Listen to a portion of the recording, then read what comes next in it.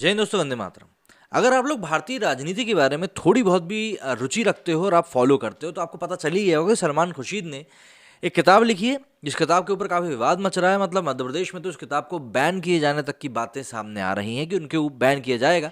और जो गृह मंत्री नरोत्तम मिश्रा हैं मध्य प्रदेश के, वो इस बारे में कानूनी सलाह भी ले रहे हैं। अब उस किताब में क्या कुछ लिखा होगा, मतलब मैंने तो इस बारे में ध्यान तक नहीं दिया क्योंकि इतनी घटिया खबर थी।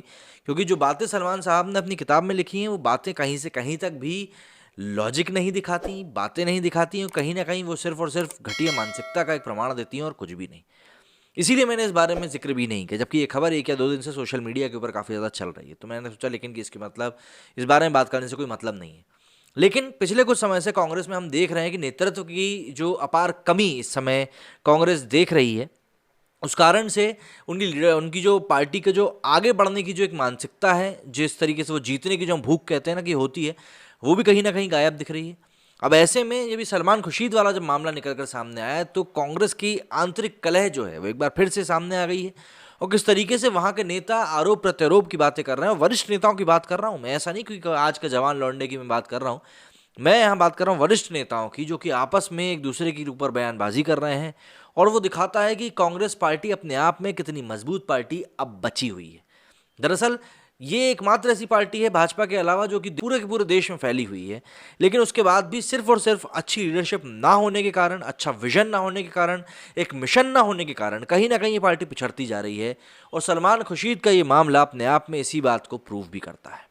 अगले साल 5 राज्यों में विधानसभा चुनाव होने हैं, लेकिन इसको लेकर सियासत अभी से तेज हो गई है। कांग्रेस पार्टी एक तरफ लगातार मिलती चुनावी असफलता से अपने स्टैंड को लेकर कंफ्यूज सी नजर आ रही है। नेताओं की बयानबाजी को लेकर आलम ऐसा हो गया है कि कहीं पर ये लोग आपस में भिड़ते नजर आ रहे हैं तो कितनी बार बोलने के बाद सफाई देने की नौबत आ जाती है। सलमान खुर्शीद द्वारा अपनी नई किताब में हिंदुत्व को लेकर की गई विवादित टिप्पणियों के बाद कांग्रेस लगातार बीजेपी के निशाने पर है। वहीं अब इसको लेकर पार्टी के भीतर से भी सवाल उठने लगे हैं। कांग्रेस के वरिष्ठ नेता गुलाम नबी आजाद ने खुर्शीद की टिप्पणी को लेकर निशाने पर लिया है। वहीं इसके जवाब में सलमान खुर्शीद ने साफ कहा है कि वो आजाद के साथ किसी बहस में नहीं पड़ना चाहते। कांग्रेस के वरिष्ठ नेता गुलाम नबी आजाद ने सलमान खुर्शीद की पुस्तक का जिक्र करते हुए कहा कि हम हिंदुत्व की एक राजनीतिक विचारधारा के रूप में हिंदुत्व से सहमत नहीं हो सकते, लेकिन हिंदुत्व की तुलना आईएसआईएस और जिहादी इस्लाम से करना तथ्यात्मक रूप से गलत है और ये पूरी की पूरी तरीके से एक अतिशयोक्ति है। आज़ाद के बयान पर सलमान खुर्शीद ने अपनी प्रतिक्रिया भी दी। उन्होंने कहा कि ये उन्हें बढ़ा चढ़ाकर पेश किया गया लगता है, लेकिन ये मुझे बिल्कुल भी बढ़ाया चढ़ाया नहीं लगता। खुर्शीद ने आज़ाद के साथ किसी भी तरह की बहस में नहीं पड़ने की बात कही। इसके साथ ही उन्होंने ये भी कहा कि अगर आज़ाद ने ऐसा कहा है तो हम उनकी कही बात का सम्मान करते हैं, वो एक वरिष्ठ नेता हैं, लेकिन इसमें मेरी सोच नहीं बदलेगी। उत्तर प्रदेश के संभल में कांग्रेस नेता राशिद अल्वी के बयान को लेकर भी हंगामा मचा है। संभल के कार्यक्रम में हिस्सा लेने पहुंचे कांग्रेस नेता राशिद अल्वी ने कहा कि इन दिनों जय श्री राम बोलने वाले कुछ लोग संत नहीं हैं बल्कि राक्षस हैं। बीजेपी नेता अमित मालवीय ने अल्वी के बयान का क्लिप शेयर करते हुए कहा कि सलमान खुर्शीद के बाद अब कांग्रेस के नेता राशिद अल्वी जय श्री राम कहने वालों को निशाचर मतलब राक्षस बता रहे हैं। राम भक्तों के प्रति कांग्रेस के विचारों में कितना जहर घुला हुआ है, ये बस इन्हीं बातों से पता चलता है।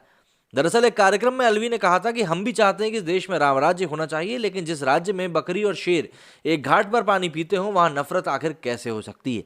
राशिद अल्वी ने बीजेपी की तरफ इशारा साधते हुए कहा था कि इस देश में जय श्री राम का नारा लगाकर लोगों का जो माहौल गुमराह किया जा रहा है, ऐसे लोगों से सावधान रहना चाहिए। बयान को लेकर हंगामा मचने के बाद अल्वी ने इसको लेकर सफाई भी दी। उन्होंने कहा कि मैंने कहा है कि जय श्री राम बोलने वाला हर आदमी मुनि नहीं होता। श्री राम एक आस्था का नाम है, उन पर राजनीति नहीं की जा सकती। लेकिन अगर हम ध्यान से देखेंगे तो सबसे ज़्यादा राजनीति यहाँ पर कांग्रेस ही करती हुई दिखाई देती है। मतलब आप खुद ही देखिए ना कि इस बार तो कितना ज़्यादा माहौल बदल चुका है। नेता जनेऊ के साथ साथ भगवा भी ओढ़कर घूम रहे हैं। भाई आप लोगों का कहना है सलमान खुर्शीद की इस किताब के ऊपर और गुलाम नबी आज़ाद की टिप्पणी के ऊपर, मुझे कमेंट करके ज़रूर बताइएगा। मेरी वीडियो में फिलहाल इतना ही। जय हिंद, जय भारत।